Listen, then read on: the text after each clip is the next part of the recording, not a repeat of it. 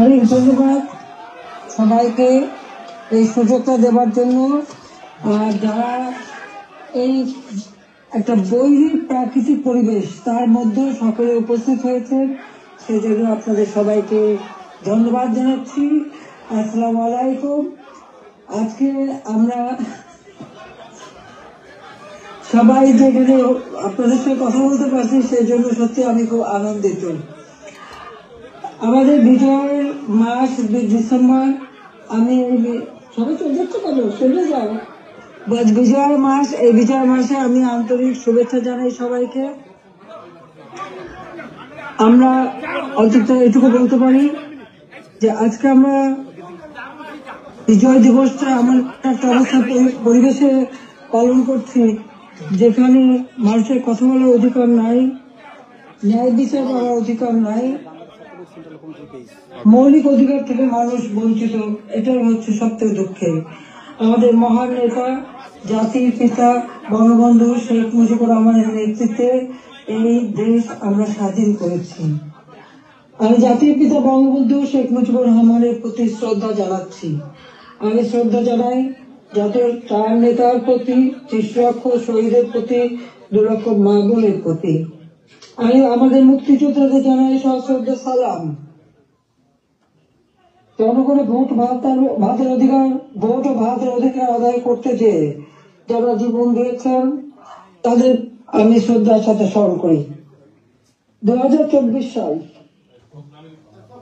এই সময় যারা আমাদের আওয়ামী লীগের হাজার হাজার নেতা কর্মীকে হত্যা করা হয়েছে, পুলিশকে বাহিনীকে হত্যা করা হয়েছে, সংখ্যালঘুদের হত্যা করা হয়েছে, তাদের বাড়িঘর লুটপাট, মসজিদ, দরবার,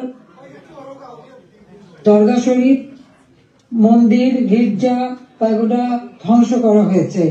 আর আমাদের আওয়ামী লীগের সম্পূর্ণ জেলা, উপজেলা, ইউনিয়ন পর্যায় পর্যন্ত বাড়ি ঘর, ব্যবসা প্রতিষ্ঠান অগ্নিসংযোগ করা হয়েছে, প্রতিটি প্রতিষ্ঠানে অগ্নিসংযোগ করা হয়েছে, লুটপাট করা হয়েছে। আর এই থানাগুলিতে আগুন দেওয়া হয়েছে, পুড়িয়ে পুলিশ হত্যা করেছে।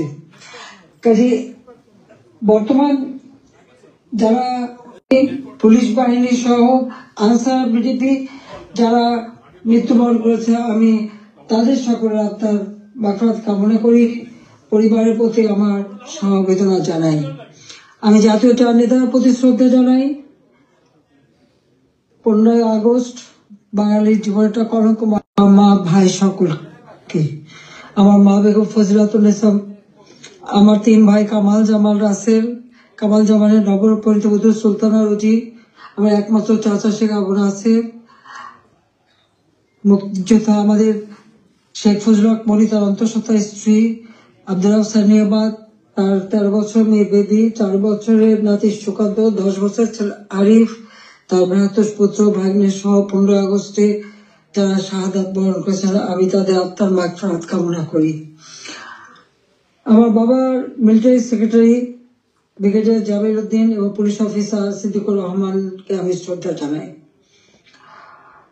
আজকে আমি আপনাদের সাথে কথা বলতে চেয়ে বারবার মনে পড়ছে যে বাংলাদেশের প্রতিটি অর্জনের সাথে আমাদের প্রবাসী, এবং সেই 2007 সালে যখন আমাকে দেশে ফিরতে বাধা দিয়েছিল তখনকার সরকার, সেই সময়ও আপনাদের সকলের সহযোগিতা পেয়েছি। আজকেও যখন বাংলাদেশ অত্যন্ত একটা কঠিন সময়ের মধ্যে দিয়ে যাচ্ছে, একটা ফ্যাসিস্ট সরকারের অধীনে বাংলাদেশের মানুষের মৌলিক অধিকার, বেঁচে থাকার অধিকার সবই হরণ করা হয়েছে।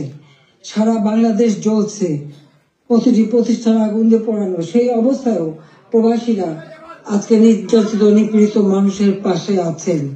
আমি আপনাদের প্রতি কৃতজ্ঞতা জানাই, আন্তরিক ধন্যবাদ জানাই এই চরম দুঃসময় মানুষের পাশে দাঁড়ানোর জন্য। বাংলাদেশ, যে বাংলাদেশকে আমরা গড়ে তুলেছিলাম জাতির পিতার স্বপ্নের বাংলাদেশ হিসেবে, ক্ষুধা দারিদ্র্যমুক্ত বাংলাদেশ হিসেবে, অর্থনৈতিকভাবে বাংলাদেশ উন্নত হয়েছিল, কিন্তু আজকে আমরা দেখি যে একে একে সব ধ্বংস করা হয়েছে। আজকে এমন একটা সরকার ক্ষমতায় যাদের হাতে এদেশে 30 লক্ষ মানুষ শহীদ হয়েছে, আমাদের বুদ্ধিজীবীদের হত্যা করা হয়েছে। এই 14 ডিসেম্বর বুদ্ধিজীবী হত্যা দিবস। সেই সময় ওই নিজামী, মুজাহিদ থেকে শুরু করে এরা তো বিদ্যালয় সহ বিশ্ববিদ্যালয় থেকে শিক্ষক, ইঞ্জিনিয়ার, ডাক্তার সকল বুদ্ধিজীবীদেরকে তুলে নিয়ে যে নির্মমভাবে হত্যা করা হয়। বাংলাদেশকে মেধা শূন্য করার একটা চেষ্টা করা হয়েছিল সেই সময়।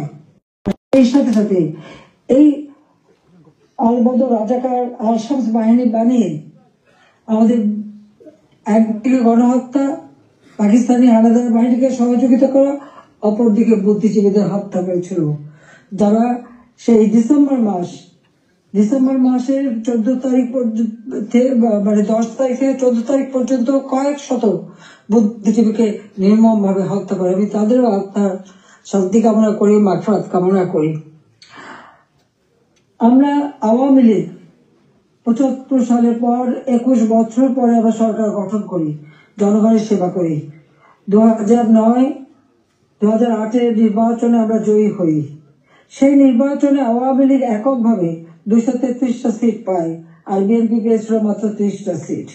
জনগণের ম্যান্ডেট নিয়ে আমরা সরকার গঠন করে জনগণের কল্যাণে কাজ শুরু করি, যার ফলে এদেশের জনগণ 2014 সালের নির্বাচন, 2018 সালের নির্বাচন এবং 2024 সালের নির্বাচনে স্বতঃস্ফূর্তভাবে একটা অবাধ, নিরপেক্ষ, সুষ্ঠু নির্বাচনের মাধ্যমে বাংলাদেশ আওয়ামী লীগকে বারবার ভোট দিয়ে তাদের সেবা করার সুযোগ দিয়েছে। আমি বাংলাদেশের জনগণের প্রতি শ্রদ্ধা জানাচ্ছি। দুর্ভাগ্যের বিষয় হলো 2024-এ সরকার গঠন করার পর আমরা যখন দেশকে এগিয়ে নিয়ে যাচ্ছি, এই বাংলাদেশকে একটা যুদ্ধ বিধ্বস্ত বাংলাদেশ গড়ে তুলে জাতির পিতা বঙ্গবন্ধু শেখ মুজিব উন্নয়ন একটা স্বল্পোন্নত দেশ হিসেবে প্রতিষ্ঠা করে দিয়েছিলেন, যেটা আন্তর্জাতিকভাবে স্বীকৃত, জাতিসংঘ কর্তৃক স্বীকৃত ছিল।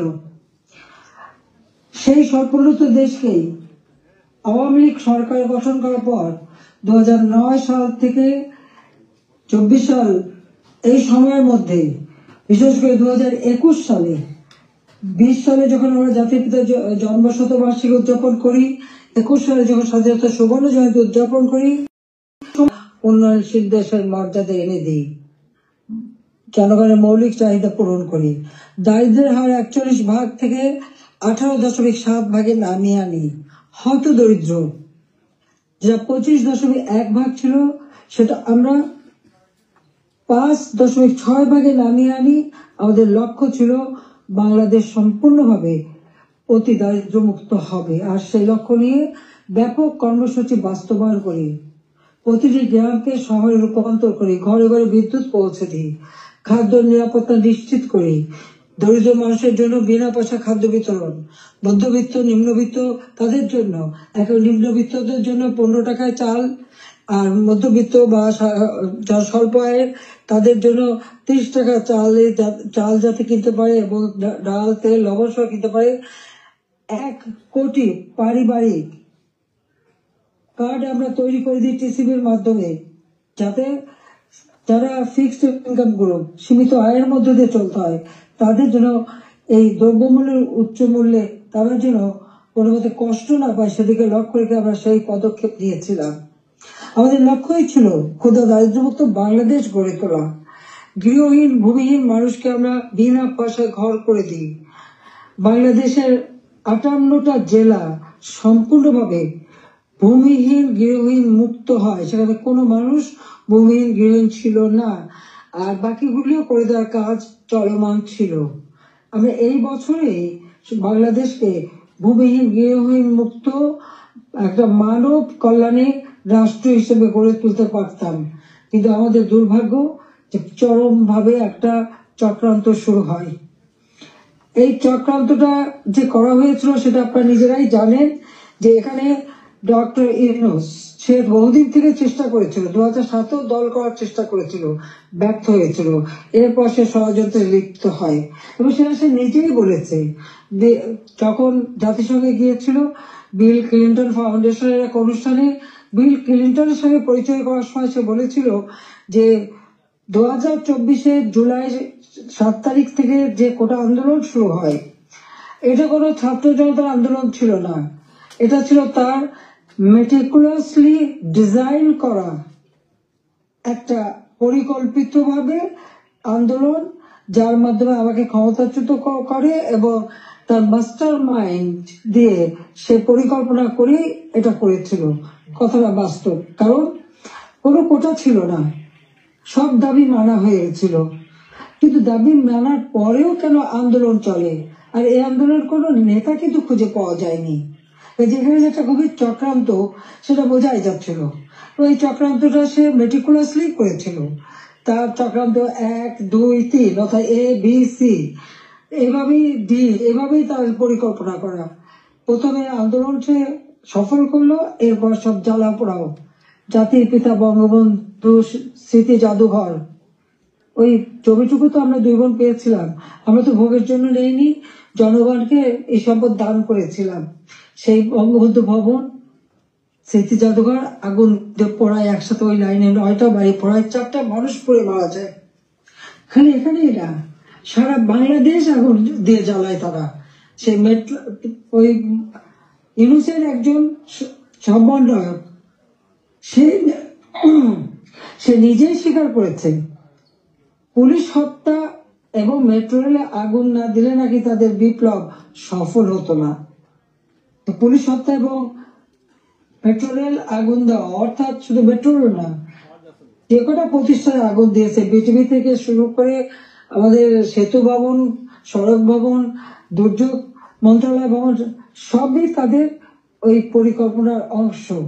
এবং সেই সাথে বঙ্গবন্ধু ভবন থেকে শুরু করে আওয়ামী লীগের সকল নেতা কর্মীদের বাড়ি ঘর, ব্যবসা প্রতিষ্ঠান সব অগ্নি সংযোগ করে পুড়িয়ে দেওয়া হয়েছে। এমনকি নরসিংদীতে আপনারা দেখেছেন, জেল ভেঙে দিয়ে সেখান থেকে সমস্ত কয়েদি, জঙ্গি সন্ত্রাসী তাদেরকে ছেড়ে দেওয়া হয়েছে। শুধু তাই না, ইউনূস ক্ষমতা এসে যত জঙ্গি সন্ত্রাসী ছিল তাদেরকে তারা ছেড়ে দিয়েছে, মুক্ত করেছে। এমনকি 21শে আগস্ট গ্রেনেড হামলা যারা আসামি তাদেরকে ছেড়ে দিয়েছে।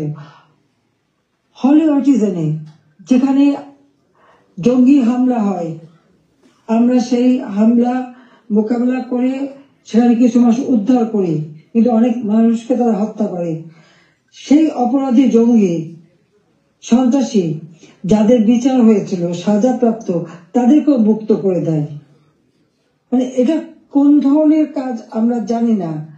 আর দেখা যাচ্ছে যে শুধু আগুন দিয়ে পোড়াচ্ছে না, বাড়ি ঘর সম্পত্তি লুটপাট করা এবং তারপরে অগ্নিসংযোগ করা, সংসদ ভবনে আক্রমণ, সেখানে ভাঙচুর করা,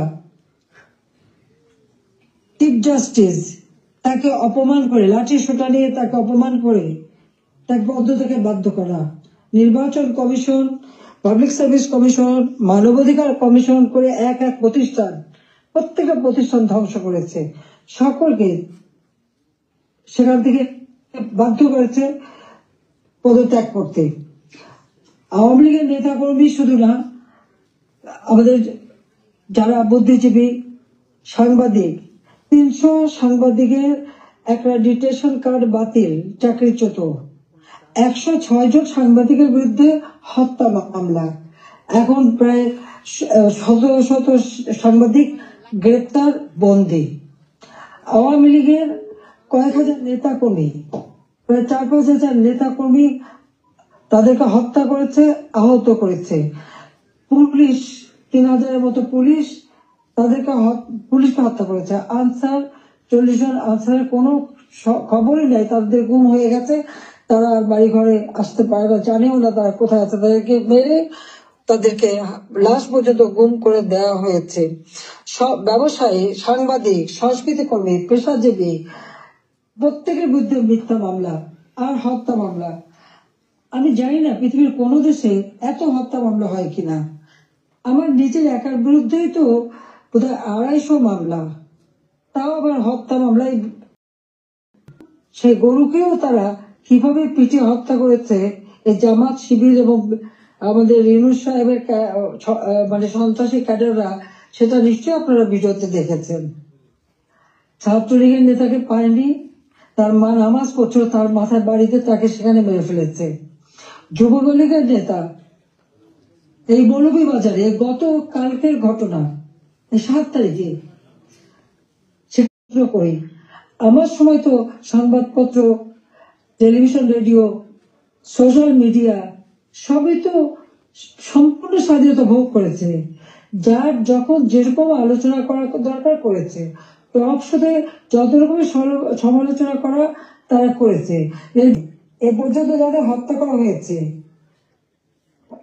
লুটপাট, অগ্নিসংযোগ, মানুষ হত্যা, ছাত্র হত্যা, প্রতিটি শিক্ষা প্রতিষ্ঠানে লুটপাট, সেখানে তাদের উপর নির্যাতন, শিক্ষকদের উপর নির্যাতন, ছাত্রদের উপর নির্যাতন, প্রতিটি জায়গায় নির্যাতন চালানো হচ্ছে।